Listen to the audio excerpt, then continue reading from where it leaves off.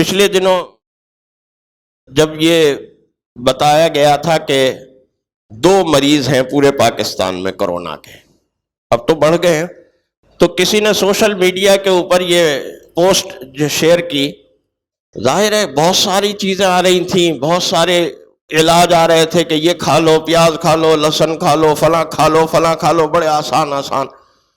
تو کسی نے یہ پوسٹ شیئر کی، ایک مزے کا خیز قسم کی بات، کہ پاکستان میں کرونا کے مریض 2 ہیں اور اس مرض کے ماہرین کی تعداد 2 کروڑ ہے۔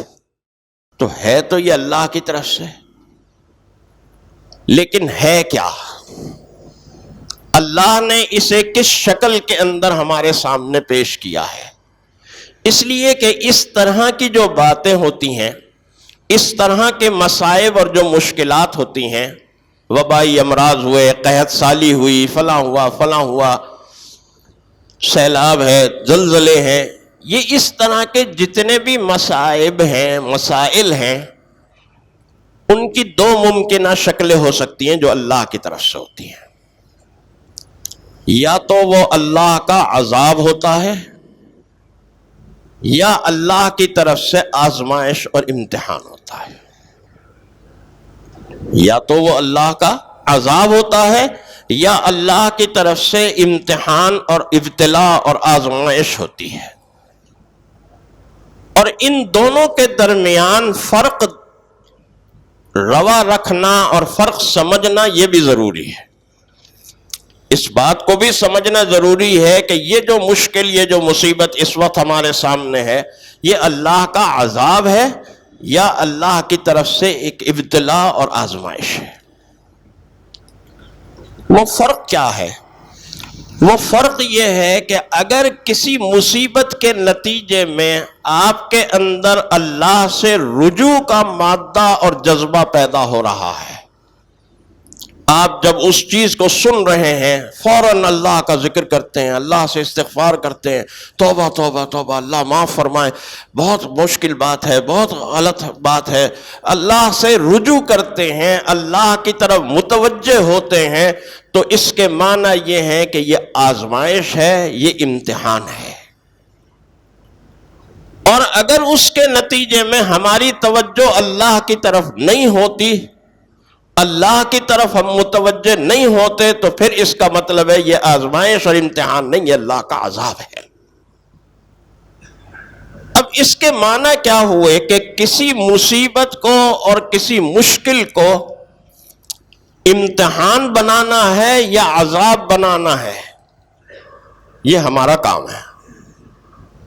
ہم کسی بھی چیز کو اپنے لیے عذاب بھی بنا سکتے ہیں اور کسی بھی چیز کو اپنے لیے امتحان بھی بنا سکتے ہیں، اس لیے کہ اگر اس مصیبت میں مبتلا ہو کر یا کسی مبتلا شخص کو دیکھ کر ہمارے اندر کوئی اللہ کی طرف توجہ پیدا ہوتی ہے، تو اس کا مطلب ہے ہم نے اسے امتحان بنا دیا، اور اگر اللہ کی طرف توجہ نہیں ہوتی تو اس کا مطلب ہے ہم نے اسے اللہ کا عذاب بنا دیا۔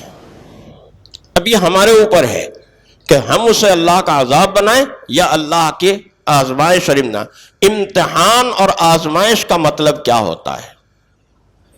ایک مطلب ہوتا ہے اللہ کے عذاب کا۔ اللہ کے عذاب کا مطلب تو یہ ہوتا ہے کہ بس اب ختم، اب توبہ اور استغفار کا دروازہ بند ہو گیا۔ اللہ کا عذاب جب سامنے آ جاتا ہے تو پھر توبہ اور استغفار کی گنجائش ختم ہو جاتی ہے، پھر وہ عذاب آ کر رہتا ہے۔ پھر ہمارے سارے روحانی ذرائع اور سارے مادی ذرائع سب ناکام ہو جاتے ہیں، سب چیزیں ناکام ہو جاتی ہیں، حتیٰ کہ جو ہم مادی اسباب اختیار کرتے ہیں وہ مادی اسباب بھی جو ہے وہ بالکل اکارت اور ضائع چلے جاتے ہیں۔ ابھی پچھلے دنوں غالباً 1.5-2 سال پہلے کی بات ہے، ایک سمندری طوفان امریکہ کی ایک ریاست پر آنے والا تھا۔ اب وہ انہوں نے اس کو فور کاسٹ کر دیا، اس کی پیشین گوئی آ گئی، اور یہ بھی آ گیا کہ وہ فلاں تاریخ کو آئے گا، اس رخ سے آئے گا، فلاں جو گاؤں ہے جو سمندر کے کنارے پر ہے وہ اس گاؤں پر حملہ آور ہوگا، اس شہر پر حملہ آور ہوگا، لہذا اس شہر کو خالی کرا لیا گیا۔ جو اس طوفان کے آنے کی تاریخ تھی ممکنہ، اس سے پہلے پہلے اس پورے شہر کو خالی کرا لیا گیا۔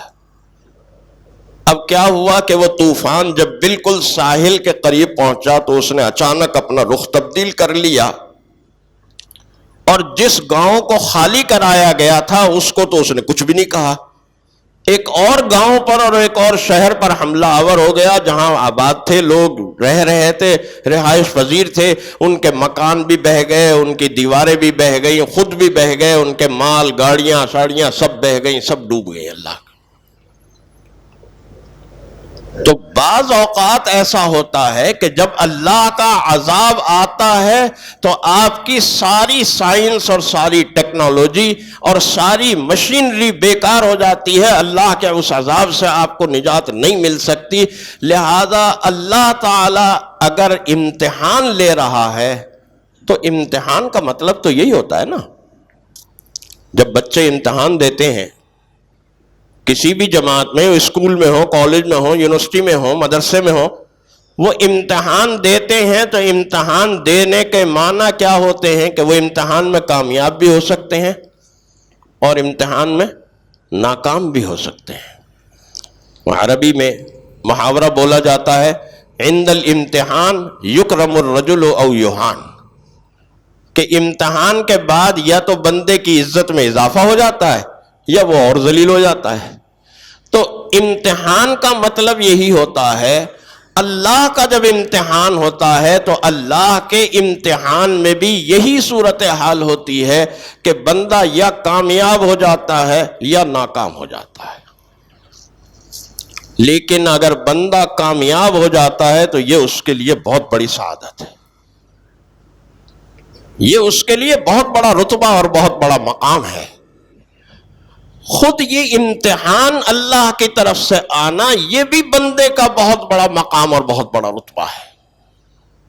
دیکھیں نا، آپ کے پاس اگر کسی بہت بڑی ورلڈ رینکنگ یونیورسٹی کا یہ ای میل آئے، کوئی بہت اچھی رینکنگ میں ہو، اوپر کی 10 یونیورسٹیوں میں سے کسی ایک یونیورسٹی میں، وہ رینکنگ ہوتی ہے نا ہر سال،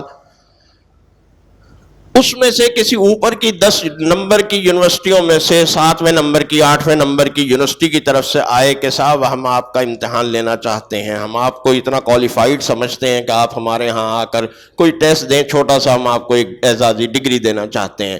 آپ کے لیے کتنے فخر کی بات ہوگی، آپ بڑا سینہ پھلا پھلا کر لوگوں سے بتائیں گے کہ صاحب مجھے میک گل سے یہ خط آیا ہے، مجھے آکسفورڈ یونیورسٹی سے یہ میل آئی ہے، مجھے فلاں یونیورسٹی سے یہ میل آئی ہے۔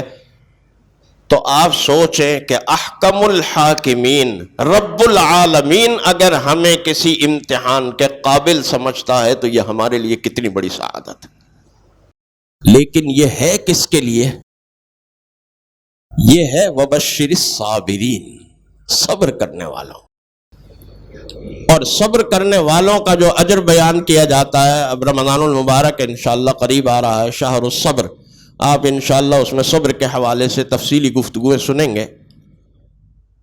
انما یوفی الصابرون اجرہم بغیر حساب، اللہ تعالی صبر کرنے والوں کو بے حساب اجر دیتا ہے۔ اچھا، اب یہاں تھوڑا سا صبر کو بھی سمجھ لیجئے ایک چند منٹوں میں۔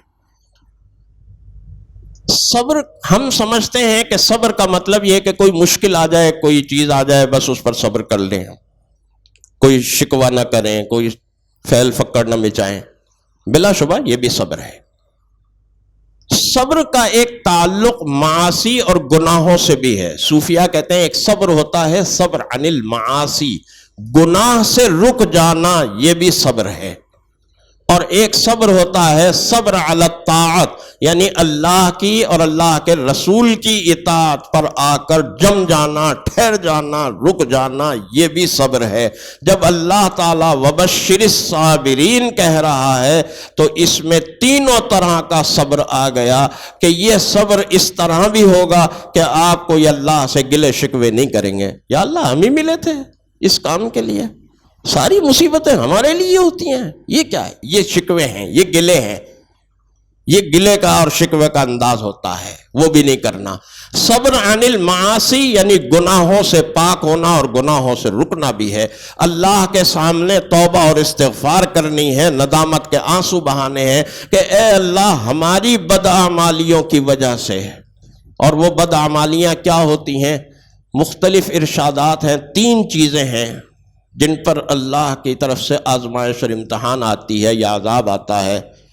رسول اللہ صلی اللہ علیہ وسلم فرماتے ہیں جب ظلم حد سے گزر جائے، فحاشی اور عریانی حد سے گزر جائے معاشرے میں، اور سود کا رواج بہت عام ہو جائے، تو پھر اللہ کی طرف سے اس طرح کے حالات سامنے آتے ہیں۔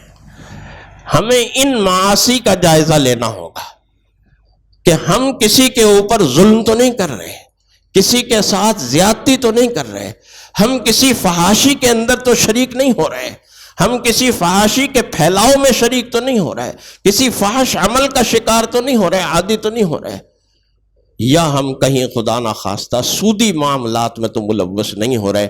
ان 3 چیزوں کا بہت غور سے جائزہ لینے کی ضرورت ہے، اور اگر خدا نخواستہ ان میں سے کوئی خرابی، کوئی بات ہمارے اندر موجود ہے تو اس سے کسی نہ کسی طرح چھٹکارا پانے کی کوشش کیجئے، اللہ سے معافی مانگیے، اللہ سے توبہ کیجئے، اللہ سے استغفار کیجئے۔ اللہ سے جب معافی مانگتا ہے بندہ تو اللہ تعالیٰ اس کی معافی کو ضرور قبول فرماتا ہے۔ یعفو عن السیئات، برائیوں کو ختم کر دیتا ہے۔ یبدل اللہ سیئاتہم حسنات، سیئات کو حسنات سے تبدیل کر دیتا ہے۔ تو اللہ سے بہت گڑ گڑا کر معافی مانگیے کہ اے اللہ ہماری بدعمالیوں کی وجہ سے، ہمارے ظلم و ستم میں مبتلا ہونے کی وجہ سے، ہمارے فحاشی اور عریانی اور بے پردگی میں مبتلا ہونے کی وجہ سے، ہمارے سود معاملات اور کاروباری معاملات کے اندر بددیانتیوں کی وجہ سے یہ اس طرح کے حالات ہو رہے ہیں، اے اللہ ہمیں معاف فرما۔ اللہ سے معافی مانگیے، اللہ تعالیٰ ضرور معاف کرے گا، اللہ تعالیٰ ضرور معاف کرے گا، اللہ تعالیٰ ضرور معاف کرے گا۔ کبھی کسی مرحلے پر بھی یہ نہ سوچئے گا کہ صاحب اتنے گناہ ہو گئے ہیں اب معافی کا کوئی امکان نہیں ہے۔ اللہ کی طرف سے معافی کا دروازہ جب زندگی میں کبھی بند نہیں ہوتا۔ ہاں کسی کو بالکل ہی نزع کا عالم طاری ہو جائے تو وہ اور بات ہے، اگر نہ جب ہم صحیح ہیں، صحت مند ہیں، الحمدللہ چل رہے پھر رہے ہیں، تو اللہ کی طرف سے معافی کا دروازہ کھلا ہے۔ اس لیے اس کھلے ہوئے دروازے کو ضرور کھٹکھٹائیں اور اللہ سے معافی مانگیں۔ یہ اس کے روحانی، لیکن وہی بات میں دوبارہ عرض کر دوں کہ اس کا یہ مطلب نہیں ہے کہ اگر اس کے لیے کوئی طبی احتیاطی تدابیر ہیں تو ان طبی احتیاطی تدابیر کو نہ اختیار کیا جائے یا ان کو رد کر دیا جائے۔ ان کے حوالے سے بات ٹھیک ہے، وہ بھی ضرور اختیار کریں، اور اس روحانی تدابیر کو بھی ضرور مد نظر رکھیں۔ حق تعالیٰ جل شانہ ہم سب کی حفاظت فرمائے، ہمیں ان وباؤں سے، ان بیماریوں سے نجات عطا فرمائے، ہماری صحت و زندگی کی حفاظت فرمائے۔ وآخر دعوانا الحمدللہ۔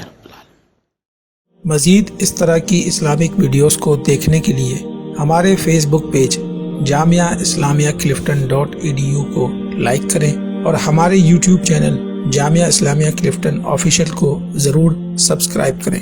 جزاک اللہ۔